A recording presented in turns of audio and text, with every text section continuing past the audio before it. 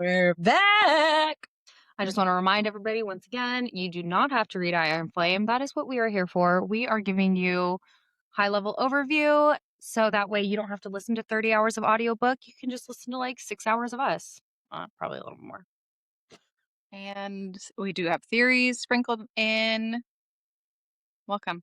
Welcome, welcome. I just want to dive right into this. I am enjoying Iron Flame better on my reread. Yeah, isn't it better this round? It really is. Like, you just miss so much the first time, and all the details that I'm catching this round, I'm like, damn, how did I miss that? And I just, the book community, love all of us, right? But we're kind of assholes because How dare you? rereading the book, I was like, this is a good book. We just don't like the ending. So then we're pissed about it. Which I think we're going to be pissed next week too, but that's okay. We are just staying pissed off. Like 2025, stay pissed. It's our vision board.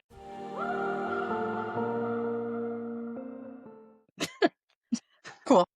So we're going to start out on chapter 31 because that's where we left off. We're doing 31 through 40 today, guys. So we left you on a cliffhanger the last episode, as if you've never read Iron Flame before. If you remember, Violet's about to die. She's hanging off the ledge. But who shows up? Jack fucking Barlow. J fucking B. The resurrected asshole saved Violet. We all, with Violet, are thinking, what the actual fuck? Jack pulls Violet back over the edge and saves her. He didn't realize it was her at first, but still chose to save her. He tells her riders don't die at the hands of infantry, and that you don't really know who you are until you face Malik, and that he has a second chance. And so now she does too, and that they are even. Okay, couple things about Jack visiting Malik. So Jack didn't have to save Vi, or could have even killed her when he pulled her up, and Nolan mended his soul, so he said. Do you think you have to heal do you think you have to heal a soul to heal a venin? Which you would need a mender for, and they are very rare. Do you think that you could heal a venin? Through just venin, just through their soul? Yeah. No, I don't. I think it's like a Band-Aid. Do you think that Jack is still venin, given his run-in with Malik? Because, Violet sees Jack and doesn't mention his red eyes. Yes, I do believe he is still, like in this part, he's still venin. Yeah.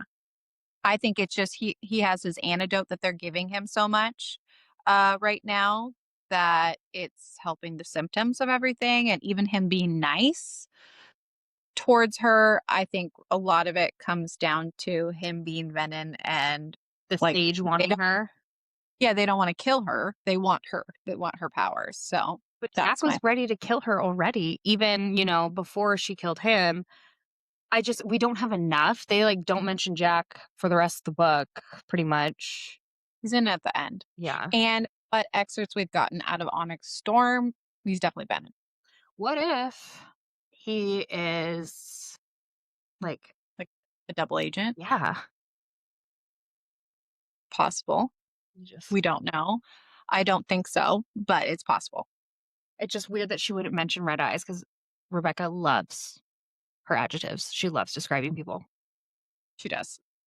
Over and over again, the same ones. Yeah. So it's just interesting that we missed, but there's nothing there. With Aya dead, that leaves half the cadets that flew to Resin dead. In Pop's Riddick, and Violet tells him that Jack is the one that saved her. He feels guilty that he didn't go with her, but then tells Violet that Justinia knows where the vault is, but you need someone with King Tori's bloodline to get through the wards. Violet is unbothered because she has access to the prince who happens to hate his father. Mira told Violet not to make friends, but friends are really what are saving Violet's ass. Is the whole time. Literally. If she wasn't defiant, we wouldn't be here. She'd probably be dead, but girl doesn't listen. Thank God, because now she's alive and helping the revolution. The excerpt for chapter 2, or we're going back, for chapter 32 makes me laugh. I didn't even know. I was like, okay, yes. So in chapter 32, the excerpt says, Gods save us from the ambitions of second years. They think they've experienced everything because they've survived their first year, but in reality, they only know enough to get themselves killed. Ambitious second years? Not our squad. No, not that Iron Squad. What are you talking about? So Shadow Daddy is, a little pissed at Violet for spilling the beans to her friends. She had to tell them, which in turn made Imogen tell Quinn. So now we have 4 new people Xaden has to worry about secrecy with, even though our favorite squad would never. On top of that, they are breaking into the archives that night. Xaden points out all the holes in their plans and then lets them know he is coming with them and that they will be dead if they are caught. Naturally, when they are fighting their sexual tension, that Xaden tells Violet they will not be leaving that room tonight if they don't stop kissing. They can't be in a fucking room alone without sexual tension. I know. God, those guys are just like fucking like bunnies, and I love that for them. To be 21 again When you're like permanently in heat. all the time. Violet in this portion of the book goes, I swear I can feel him counting to 10. Our girl Vi sure has an interesting relationship with time, don't you think, Kai? I do, because there was another mention of timing and heartbeats. Mm-hmm. Violet says, leaning up, I brush my lips across his, then kiss him gently as if it's the first time. This isn't heat and passion, though I know it will be in a matter of heartbeats. Who says that? Who mentions heartbeats all the time? Violet, but but like that's not like a common term No, I of don't measure shit like, Rowan, get your things ready in 5 heartbeats or I'm gonna whoop your ass. Like, no, it's get your shit together now. Nobody mentions heartbeats in heart. time. Mm-mm. Just using real life examples of my morning of being a mom. Especially today. I didn't threaten to whoop his ass. I would never. Think No. about it. I would never. Intrusive thoughts. After Violet pulls Arik, Riddick, Sawyer, Rhiannon, Imogen, Bodhi, and Quinn into her soundproof warded room for their team meeting, and immediately Arik and Xaden get into it about Xaden killing his brother. Alec, who according to our Shadow Daddy was a craven, murderous prick. Which Rebecca confirms. Like that's just nope. He just is craven murderous. I'm curious about like the things that he's done and why he's so awful. And was he venom? Because, obviously Arik knows about a lot of shit. But did his brother turn venom? Wait till the next chapter and I'm gonna be breaking some things down. Bring it down, y'all. I hope you appreciate how I spell art so I can say it right. I do actually appreciate it. Smart. Arik agrees, of course, and they go over the plan for hours before heading into the archives to meet Jacinia. She tells them that there are too many of them and only 4 can go. Violet, Xaden, Imogen, and Arik are the chosen 4 to dress like scribes and head to the archives while the others stay behind.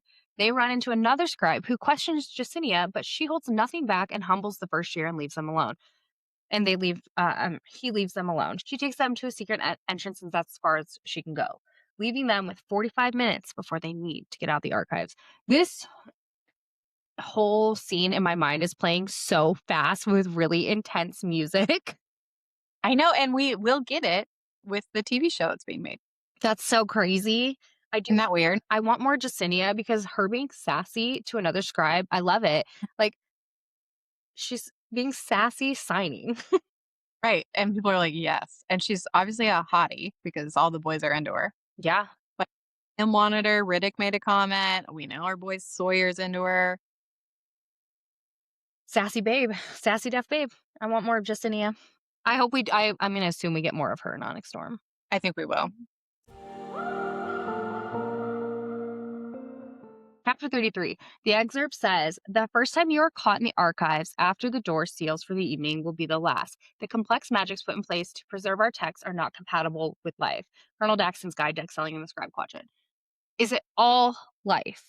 Do you think a venom could survive in the archives after the door closes? Or are they unique magic? Something to ponder. I'm not sure. This is like what's going through my brain when I'm reading. These types of questions are nonstop. And I don't have an answer. That's really disappointing. I apologize. You should. I'll do better with my mind work and trying to figure out. You should know the answers to every question I have. I'm not an intrinsic. Okay, go ahead. Weird choice of words, Blake. They make it to the super secret sublevel vault where Xaden takes out 2 infantry guards guarding the entrance.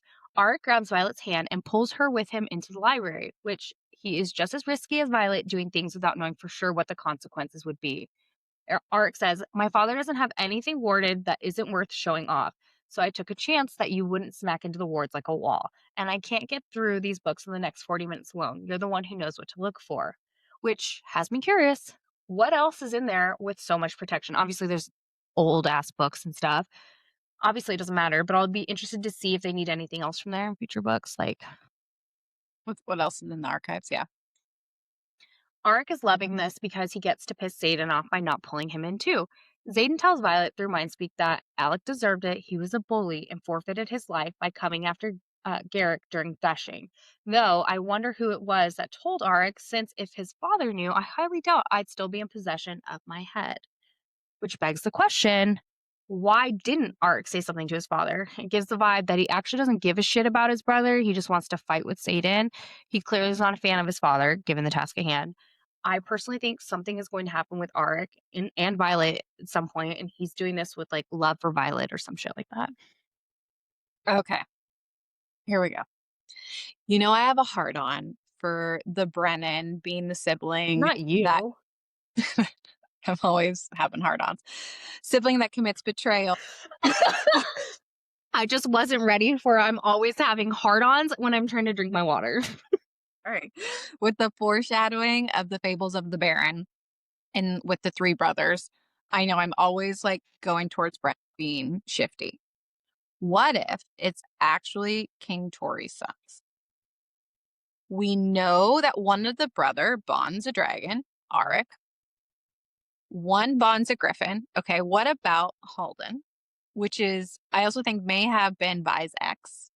And that's why Violet and Arik are so, like, there's a familiarity there besides just, like, being in the same area. Mhm.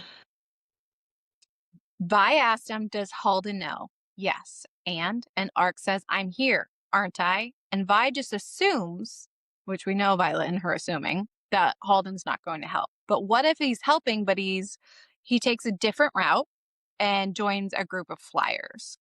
And we're supposed to be seeing him in the later books because that's what Rebecca alludes to, that he'll come into play more. And Justinia made that comment. You could see it in his eyes when she recognized Arik. So what if on a battlefield something, she will notice Arik, they'll find him? I don't know. But then that leaves Alec, the murderous craven prick that Xaden allegedly killed. What if it's a Jack Barlow situation and he actually turned Ben in prior and he's not dead? Which brings a whole new set of problems because not only is he Venin, but maybe he's going to want revenge on our favorite red-eyed man. And now Xaden's in even more trouble. I've seen other people speculate that this King Tori's sons, they're comparing it to the 3 brothers. And I feel like both could be true, like Brennan and Yeah, it could be a double. Something I learned in therapy is 2 things can be true at once. Thank you, Lord. Trickle down therapy for you guys. Welcome. You're welcome. Not just welcome to the show, but Welcome. welcome to therapy. But I am actually like on board with this. It may not be canon, but in my mind it is. It just makes sense. Because why tell us that story? Why tell us that King Tori has 3 sons? Everything is with intention. And if Alec was a murderous craven prick, that's the type of person like JB that would go to the dark side because they want more power, right? Right. So this isn't a far stretch. And we just don't know enough about Halden to even really make an assumption. But I do think it's canon that Vi and Halden dated. And I think that Arik might have always had a crush on Vi with his There's some tension there. There's some from his side. I think on his side, obviously Violet's like in deep with Xaden. Mm-hmm. Not what I was going to say, which good for me for not saying what I was going to. Appreciate that. No, I don't. Say that thing. I should have said that she is just balls deep in his asshole like I was going to. She's balls deep in Xaden's asshole. But I was like, no, it's not appropriate coming from Then you me. said it 20 seconds later. No, I appreciate that. Yeah. But I don't know. I think it's both. I think Soren Gales will have an issue, and then we'll have I think the three brothers. That foreshadowing is the king's sons, but I think the sibling betrayal is Brennan. What if And it might even happen next book. It could be the fourth book or fifth book. I don't know, but I think it's happening. what if Violet's dad specifically told that story of the three sons or the three brothers because of King Tory? And so it comes back to their dad. Maybe. I think Halden is probably like doing some like recon in the castle, and then maybe he will go with the Fly. yeah. I've just really wanted to use the word recon. I was like waiting for my moment to use it in the You just, summaries, and it finally came up. I'm so happy for you Thank you. that you got this. And not only did I say it right, I used it appropriately. Good for you. Time is running out, and they find the journals in another set of wards. Ark fucks up his hands by grabbing the journals. Imogen calls out 2 minutes, and they hustle the fuck out of there, but the archive door is closing. Almost everyone, holy shit, but the archive door is closing. Almost everyone is through when the 7th bell rings out, and Xaden hasn't made it through the door, and Ark hasn't made it out yet. And Violet, of course, the way she counts the bells ringing, once again, interesting with her time, heartbeats. She loves to count.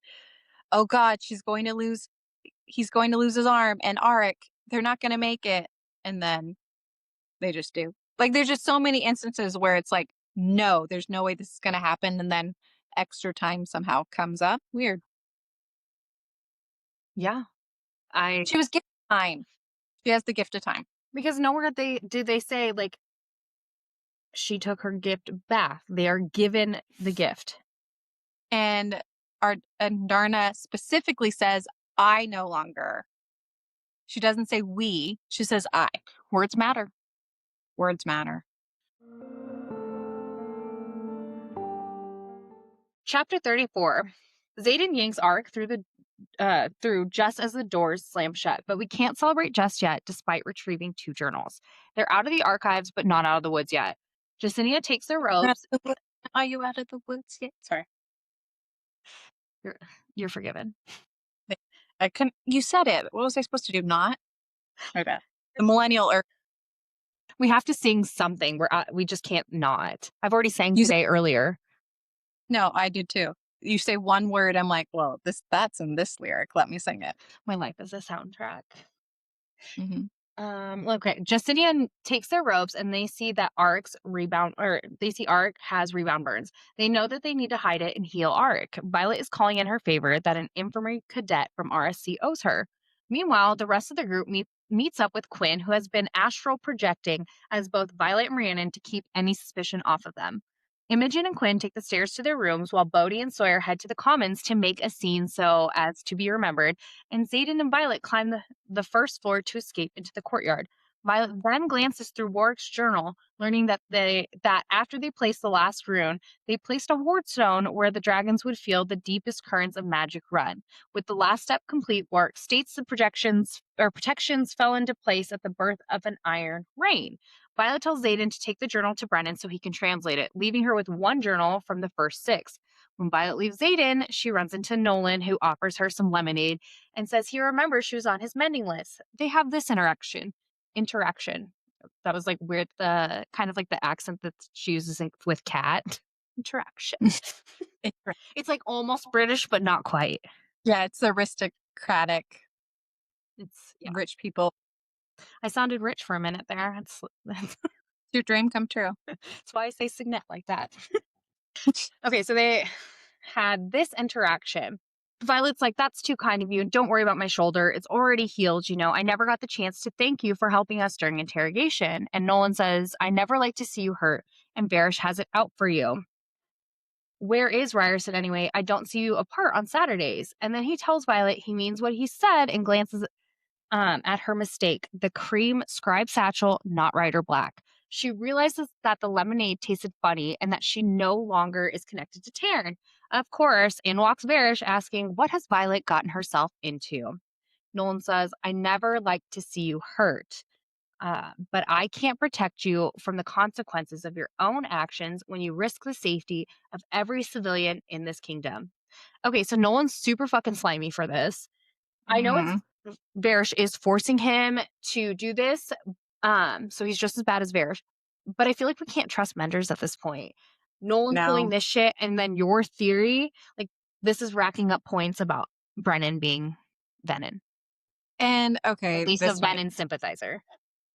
this might be a little controversial here, Oh, but like the way that Nolan talks to Violet gives me the ick. a little And condescending, a little condescending, a little creepy, kind of like, I never like to see you hurt. Like, I know he's been mending her like the majority last of her. 6 years.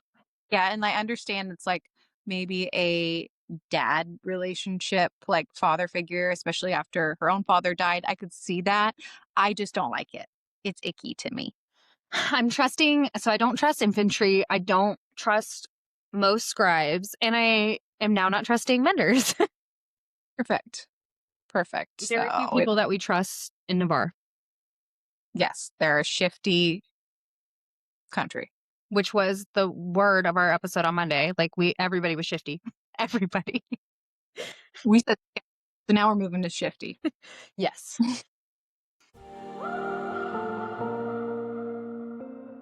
The excerpt for chapter 35 says the only signet more terrifying than an intrinsic is a truth sayer, and yet we let them live. Just we're gonna meet another truth sayer or a truth sayer pretty soon here. We are. Which, like, literally 2 seconds. Violet awakens in the brig. Nolan, Varish, and Nora, a truthsayer, literally 2 seconds later, questioned her about why she stole Lyra's journal, which is now in their possession. Markham had sounded the alarm that the royal wards were breached. Violet dodges their question thanks to her perfection in the art of telling selective truths, and Varish tells Nora to order an immediate formation and check the hands of every cadet in the quadrant, likely looking for something like the blisters on Arik's hands from reaching through the wards. So in Violet's mind, she's like, Violence, remember that it's only the body that is fragile. You're unbreakable. I cling to Satan's words. Those really stuck with her. Good for you. You're not breakable. Breakable. Here we go. We're here to butcher words. Woohoo! Varys dismisses Nolan, and it's just her and wannabe Satan. He starts with dislocating and then breaking her finger. Some time passes after having the shit beat out of her while in the brig. Violet begins seeing Liam, not believing it because Malik doesn't do kindness. Or maybe Malik sent me kindness. Malik doesn't do kindness, nor does he allow souls to wander about. And Liam's like, I'm not wandering. I'm exactly where I'm supposed to be. And you're quite presumptuous, Violet. You think that you know what Malik thinks. You don't know Come on. everything, girlfriend. It's those really ambitious second years. I know. And this whole scene with like Liam, it is to me Dumbledore saying just because it's happening in your mind doesn't mean it's not real. Like I know it's supposed to be a hallucination, but in my head I'm like, no, he came and visited her because she needed it. And I stick with that. I mean, we don't revisit death because they burn everything. So it's just interesting that it's Liam that comes back. Well, they didn't burn everything for Liam. Yeah, they didn't because The letters. but normally they do. So interesting. I wonder if like you leave a little bit of somebody behind, you can get like some sort of connection. We don't know because they burn her. It's a magical world. It's not that out of pocket No, thing. not at all. Somebody that I wasn't saying you thought that. No. I just meant like Anything's possible. anything's It's a possible. book. Anything's possible. We're talking about dragons, okay? And magic. Okay, fair. Nora suggests bringing in her squad, claiming that she'll break quickly, but Varys tells her that bringing them in won't do shit. They're clearly irritated that they found no one with any hand injuries. Violet realizes it's Monday when they start talking about how teachers are asking where she is. Varys wants to know what she's trying to ward and tries to get her to talk to him, and actually admits that they both know it wasn't Griffins that killed Liam. Thank goodness Liam is there-ish to tell her not to fall for his bullshit. Mm-hmm. Barish then indicates that part of his signet is seeing people's weaknesses and that he didn't see Violet's at first because she knows how to shield and she's pretty darn good at it, which I swear all the time. Like, why did I write darn? You just trying not to say damn. It's like, that's the most offensive thing that I say. Yeah, we don't say anything bad at this podcast. So Weird choices. He tells Violet now that she's cut off from Taryn that her weaknesses are the people she loves, Xaden being chief among them. He says he cannot wait to torture Xaden next, as he will be allowed to do so officially, assuming Xaden breaks the rules and abandons his post to come to her aid. Violet then asks if Solus enjoys hiding because Taryn knows exactly what Varys is doing. While he is hunting Xaden, Taryn is likely hunting Varys' dragon Solus. Varys says that won't stop her from torturing her in Varys says that won't stop him from torturing her in the meantime, and Violet worries that Xaden will not come to her rescue, asking Liam not to leave her, which that's so Violet. bad. Violet, silly little goose, thinking that Xaden's not on his way right now, and to like asking Liam not to leave. It's that moment thinking like Xaden won't come that she's like back to Slow and Gale, like you dumbass. Of I know. course. Can't help herself. No. She just has to roots of being a little slow. Her confidence is lacking, like in the male department. Which maybe Halden was a terrible ex. Oh my god. We need to dive more into their relationship. I'm If sure it we even will. happened. I think it happened, but we'll figure it out. Or Rebecca will just tell us. You know what? That's probably the best option. Finally, Varys brings Dane in to question Violet. He tries to turn Dane against her, telling him that Violet stole those journals in the vaults so that she could learn how the wards were built and where they were built so she could unravel them. Varys also says that while Xaden had deserted Basgiath a few days ago, they are currently in the process of gathering the marked ones. Violet worries about... Why did I write Liam? I'm always worried about Liam. Violet worries about Bodhi and Sloane. And Imogen is probably who you meant. Oh my god, probably. Just Liam's on the mind. Dane agrees to look into Violet's memories, thanks to Varys saying Violet was trying to take down the wards and Navarre needs your help. Violet knows that she can control her own mind, so she throws him into her memories of the Wyvern, of how they were sent to Erasia to die, and about the Venin, making Dane watch Liam's last words to Violet. While this is happening, Nora tells them leadership is being ordered to assemble because there have been incidents at the border. Gotta love our Joey quotes. I love it. Dane confirms to Varys that they are stealing weapons, arming the enemy, and partnering with Griffins. He requests a knife from Violet so he can compare them to what they've been stealing from them. He holds it to Violet's throat and tells her she should have trusted him. He then plunges the knife into Varys and frees Violet from her constraints. Nora tries to stop them, but then our gold-flecked, onyx-eyed Shadow Daddy arrives. Dane gets credit. It's giving Tamlin redemption arc, but my hate for Dane is lessening. Yes. I think we just really had to hate him in book 1. Yeah. I mean, he kind of a non-factor in book 2. Like, he's annoying sometimes, but she's not giving him the time. Yeah. It's a Kale Tamlin situation. Because Tamlin does do a solid, which Dane just did. So that's one thing. It's giving a Tamlin redemption arc. Like, Tamlin's not 100% redeemed because he's still he's done some shitty things, but he did Feyre a solid. Twice. Yeah. So, and spoil. Sorry, we're spoiling ACOTAR, these books that have been out for a minute. But Dane also does 2 solids for Violet. Yeah. No, he does. So I guess it's the rule of 2s for redemption arc. I know I called him like Dane, the bane of my existence, all through Fourth Wing. I don't hate him right now. He's fine. Yeah. He's fine. At this point, he's fine. Honestly, throughout, and even in the beginning, it seemed obvious that he felt bad for what he did, but I don't think he knew to the extent of what happened. Obviously, we know that. Right. So he wasn't that bad in this book. Yeah, and he even gets better, like, once we're talking more about Wardstones and stuff like that, which is, like, next episode. Oh, yeah. It's weird because we're doing 10 chapters of episode. So we cover a lot of fucking ground in these episodes. I mean, so much happens. I mean, especially... Okay, so now we're about to wrap up part 1. Chapter 36 is really long, guys. So bear with me. You're going to have to hear my voice a lot. Chapter 36 is my favorite chapter in the whole book. Really?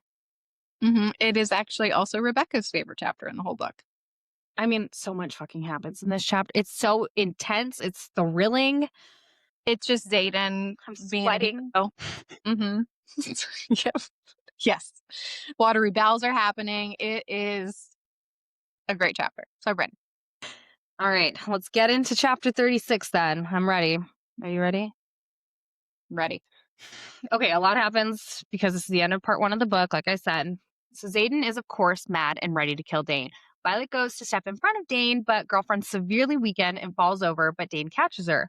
Violet, who didn't think he would, says, "You came," and goes to walk to Xaden, but starts to fall. And so his shadows catch her, and he says, "There's nowhere in existence you could go that I wouldn't find you. Remember?"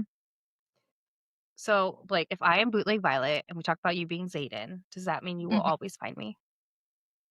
I mean, the proof's in the pudding here, darling. Yeah, Okay. fuck, we're magnets, man. I'll find you. Violet has the honor of killing Varish. Thank fucking God, because fuck that guy. I said darn, but this is the sentences after. Right. She does need a little assistance from Xaden in her weakened state. And what fucking growth, man. Like, Violet would not kill JB multiple times. Orin, like, she just went to disarm or, like, hurt them. But now she's like, yeah, I'll kill this fucker. I Because, love that that is her growth. Like, she wouldn't kill people, but now she will. well, she's being made into a weapon. So, The and second she stepped on that parapet, she became a weapon. mm-hmm. But she came to terms with it by the end because of what happened at Russin. So then they have this conversation. Violet's like, "You'll lose everything you've worked for because of me." And Xaden says, "Then I'll have everything I need. I will happily watch Arisha burn to the ground again if it means you live." And she says, "You don't mean that."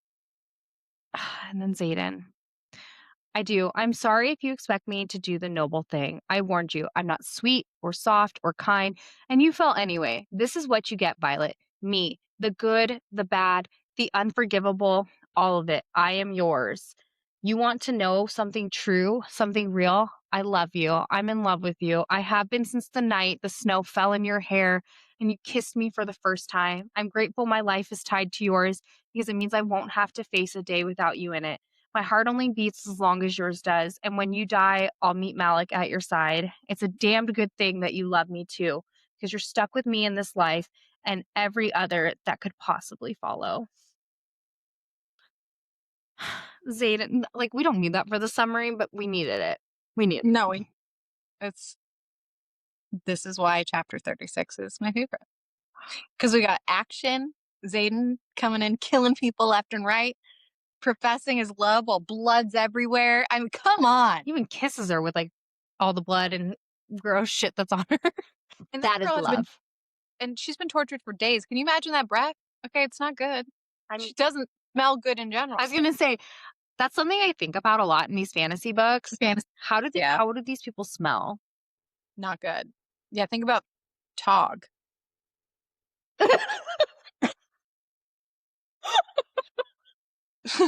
Agree. They're in agreement. That timing was perfect. Mhm. But I think about, like, they don't shower. Sometimes, like, they're out at war and stuff, like when Feyre and Rhys had sex in the tent. Mhm. Ew. Imagine, like, the guy going down on them after they have, like, been in bloody battle for 6 days. I think they have magic that cleans them. They just have to say it more. I mean, we do know they have magic that cleans them just because, like, remember when Feyre had blood all over her and stuff? Like, they clean, but not. There's got to be phantom smell going on there, you know? What if they just They don't have their summer's eve, okay? Out in the tents. I wonder, That, so everybody does think about the smells too? yeah, Okay, cool. not just a you OCD thing. That's an everybody thing. Okay, good. Thank God, because I think about it way too much.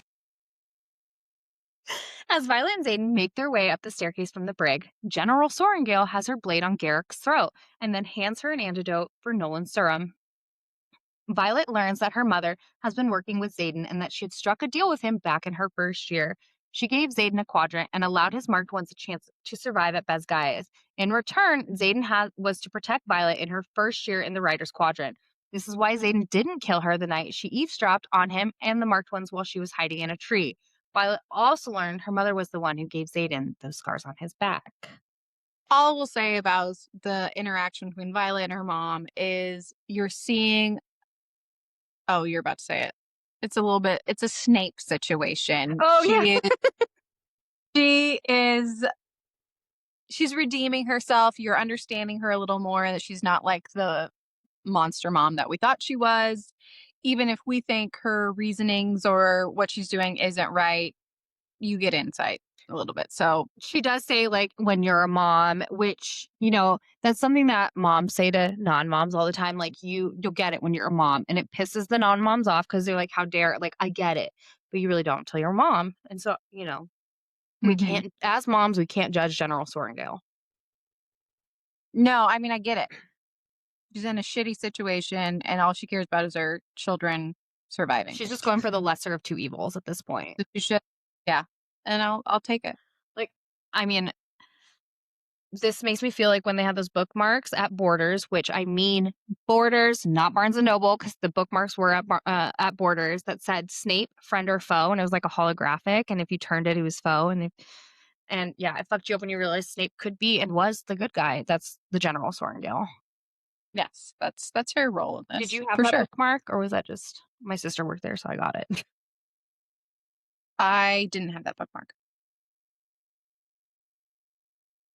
I'm so mad you didn't have a Amber works. yeah, Borders. Why do I not remember her working at Borders? She worked in the cafe, but like she would take me. There was a day that she took me to work for her for 8 hours, and I just read because you could just read the book. Oh, I remember. Okay, now she worked in the cafe. Once you said that, I was like, I got it. Yes. That store was cool It though. really was. But when you think about it, Borders was like a physical Amazon. The prices were good. Yeah, it was cheaper, and that's what I loved about it. I think it would do well now. But they're not going to bring Borders back. No, Barnes and Noble's doing great right now. So At this point, Xaden wants to gather the marked ones and leave immediately, but Violet insists that they tell everyone at Basgiath this situation and give them the choice of whether or not to leave. So Dane calls formation and announces, to which he's solid for this too, to all the students that Basgiath's leadership is trying to cover up what's happening on the Borders with the Wyvern and the Venom. This is met with general shock and disbelief, and several of the students argue with one another about what to believe. To get them on their side, Violet has Taryn share the memory of Reston with the students. When this occurs, many of the students believe Dane's words and decide to follow Violet, Xaden, and the rest of Eurasia in one of the biggest riots Violet's ever seen, which includes over 200 dragons and 100 riders, which is nearly half the quadrant. While Violet was having the shit beat out of her, Taryn was hunting Solus, but he lost him in a network of caves.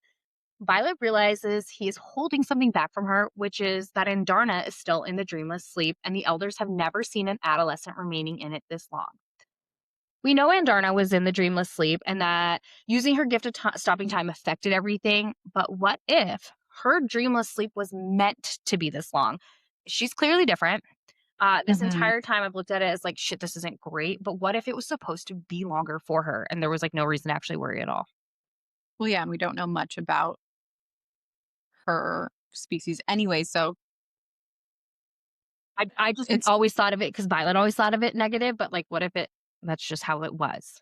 Because she is. I think that's valid. Can't tell the rest yet. We're not there yet. Mhm. When Violet arrives at Ryerson House, she's greeted by her brother Brennan with, "What have you done?" Ever the smartass, Violet says, "You did say you needed riders." See, this is why, like, as much as I give Violet shit, I do appreciate her at the same time. She listens selectively, like they needed riders, and she brought them. Just had a questionable You time. just, it's, oh well, not her fault. Or it is, but whatever. It is 100% her fault. Trying to help our girl by here, but sorry. To chapter 37, and Blakely would like to read the excerpt. Sure. You said I'll read it. I said I will if you didn't want to, but I'm going to read it. Half town, half barracks, but entirely a fortress. Ryerson House has never been breached by an army. It survived countless sieges and 3 full-out assaults before falling under the flame of the very dragons it existed to serve. On Irish history. It's definitely a foreshadowing situation. That's all. It's going to come back in the next couple books. That's all. We're on 37. We started chapter 31. We haven't said foreshadowing once, and you just really need to get it out. I just needed to, so I had to read that excerpt. I get it. I get it now. I'm so sorry.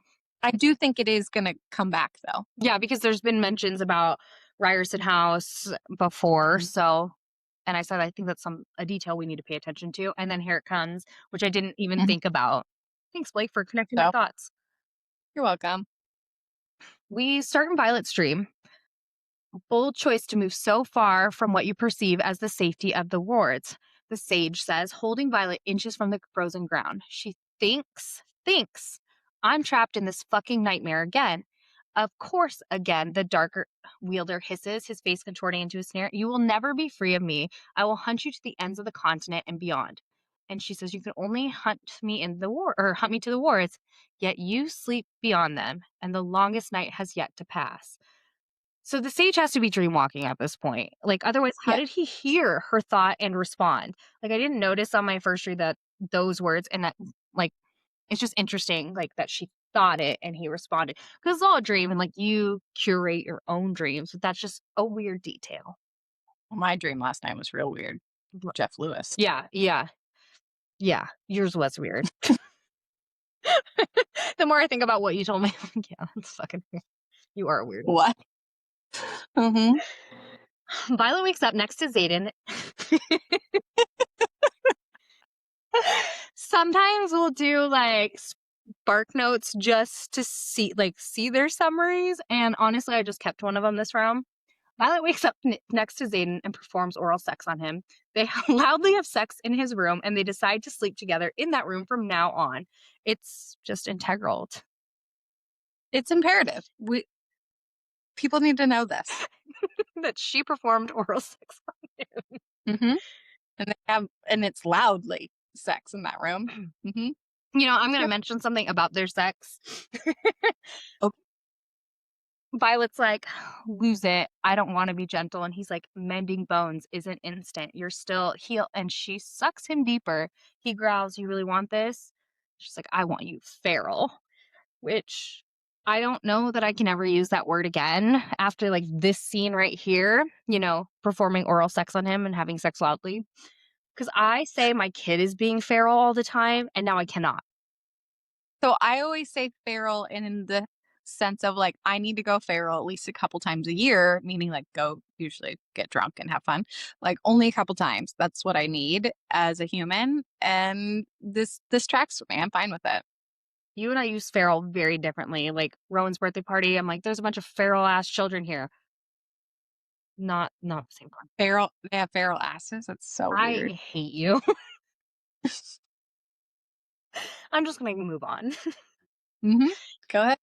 A sufficient amount of time later, because Shadow Daddy is not a 1-minute man, they walk out to a crowded Ryerson house filled with all the riders who flew over to Eurasia with them. They make their way to the assembly room where 6 members are grilling the last of that survived Resson, Bodhi, Garrett, and Imogen. The council wants to know what they're supposed to do with all the cadets, not riders, who have showed up in Eurasia. They worry that Melgren will know where they are because of the massive riot that has arrived at their doorstep. They also have trouble trusting Dane and his newfound loyalty. The Assembly's pissed.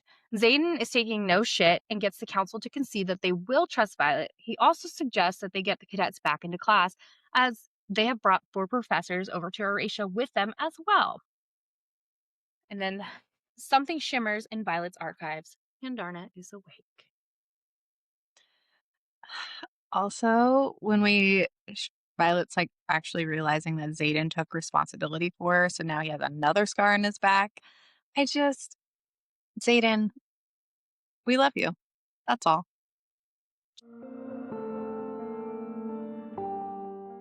Chapter 38. Violet finds Yandarna in the valley above, Eurasia sleeping again. Her scales are still black, but also kind of green. Taryn informs her that because she expended a massive amount of energy at Resson, this forced Yandarna into a rapid rate of growth. Had she been able to enter the dreamless sleep right after this, she would have been fine, but since she couldn't be safely sheltered for the dreamless sleep right after Resson, and instead flew immediately to Eurasia, Yandarna missed the critical resting period. Her growth is unpredictable because of this. The elders believe she will fly once she strengthened her existing muscles to compensate, but she will never be strong enough to bear a rider. Poor Violet, her heart just like breaking in that moment. No. Violet is working on translating a passage from Warwick's journal, but cannot figure out what Iron Rain is. She heads to Battle Brief, led by Devera, which we knew she was a real one, and Mm-hmm. Brennan, with a welcome as traitors.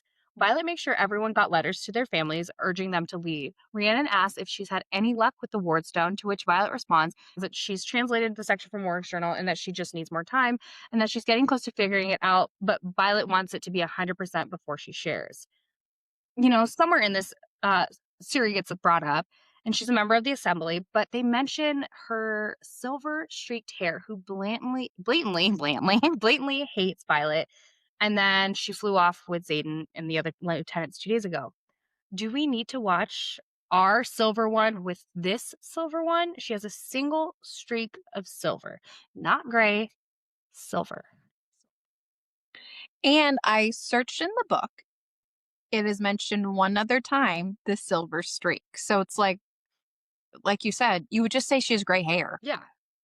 Saying silver is intentional specifically in this book. Yeah, because we don't even need a description of her hair. Like, we don't know with, like, the one-eyed guy, like, What color it is or anything. No, but silver streak.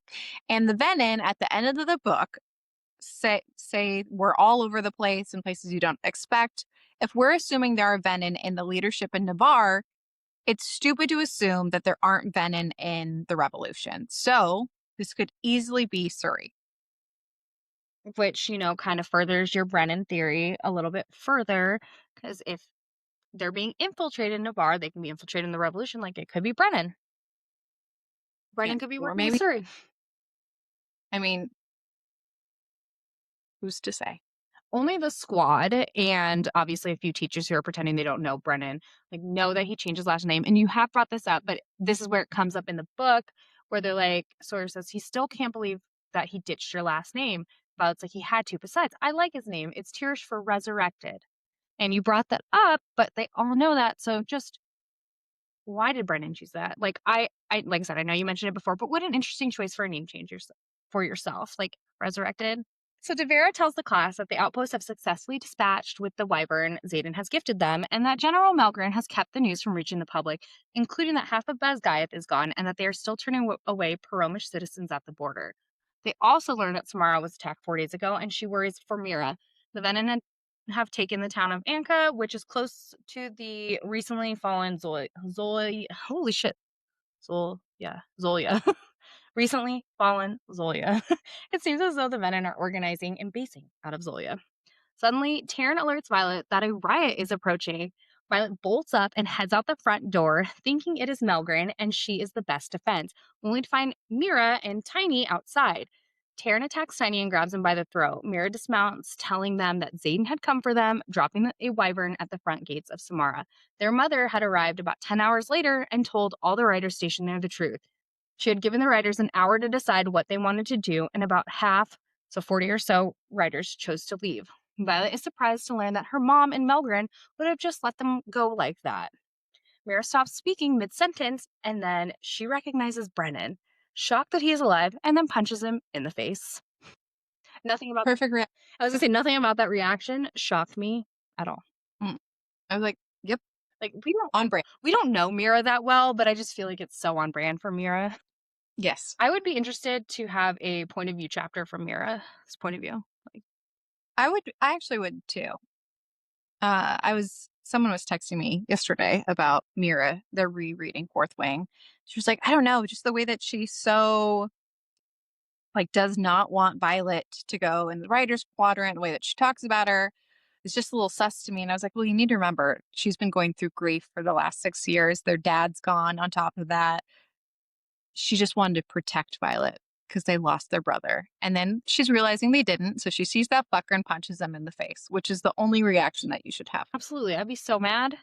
Like, I wouldn't cry. I would be pissed. yeah, like, you fucking hid for 6 years. No, nothing. Not a note, nothing. And you had no problem. And that's why I think, like, with Brennan, he has no problem lying to his family for 6 years, having them grieve for him, and he's just fine with it. which I He's do have a question about it in the next chapter, more on Brennan. Brennan, Brennan, Brennan. Why are we so obsessed with Brennan?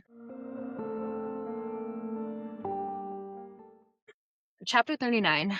Brennan is bleeding profusely from his nose, which Mira may have broken by punching him. It's not quite the family reunion Violet hoped for. Mira's pissed to say the least. Zayden walks into them bickering, breaking the tension by kissing Violet. At least Brennan and Mira can agree that they don't want to see that when Mira says that this is tame for them. Violet says that she thinks she knows how to raise the wards and lets them know that they need the blood of the 6 most powerful riders in order to raise the wards. Okay, so Mira and Brennan were fighting, and she said, "Let us watch our mother become a shadow of herself. Let us watch our father's heart give out because your death broke him." Why did his death break him?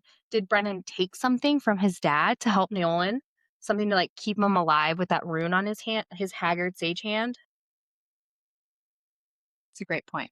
That's all I had to say to that was, what is it about Brennan? I know it was the firstborn and how parents are with their firstborn, but they say that her dad went kind of recluse.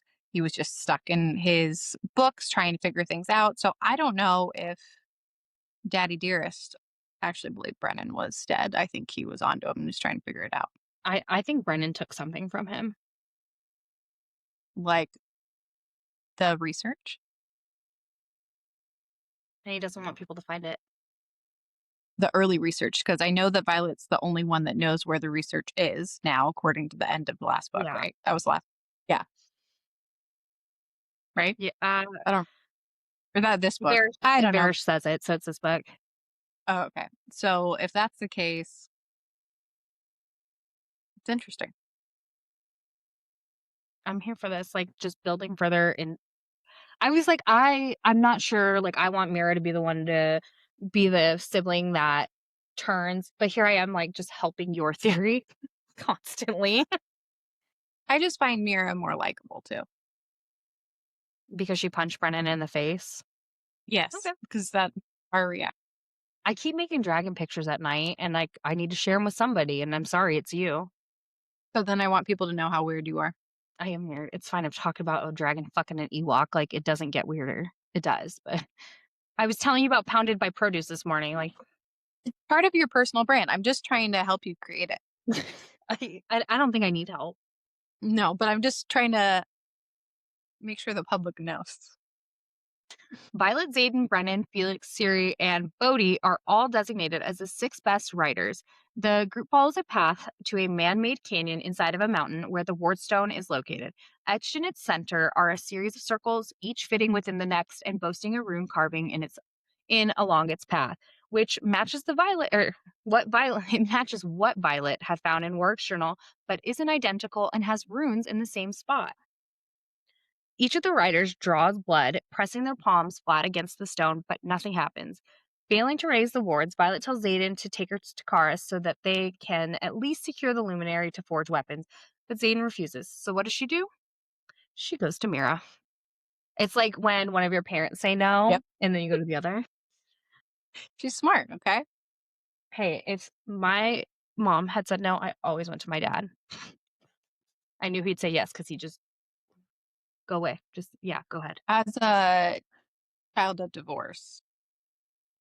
That didn't really work for me, actually. Usually that does work for childs of divorce, but then, well, the one that always no was my dad. Let's say So both your parents are dicks. We love Janet. Just we all. Janet's great. She says her most. Janet's like a weird combination of I had no rules, but strict in a different way. Like I can't. There's no way to explain it. No, she doesn't make any sense.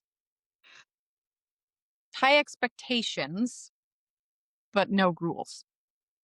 God, I was like lived in a lawless fucking land in high school. I just did whatever the hell I You wanted. have lived by airport law your whole life.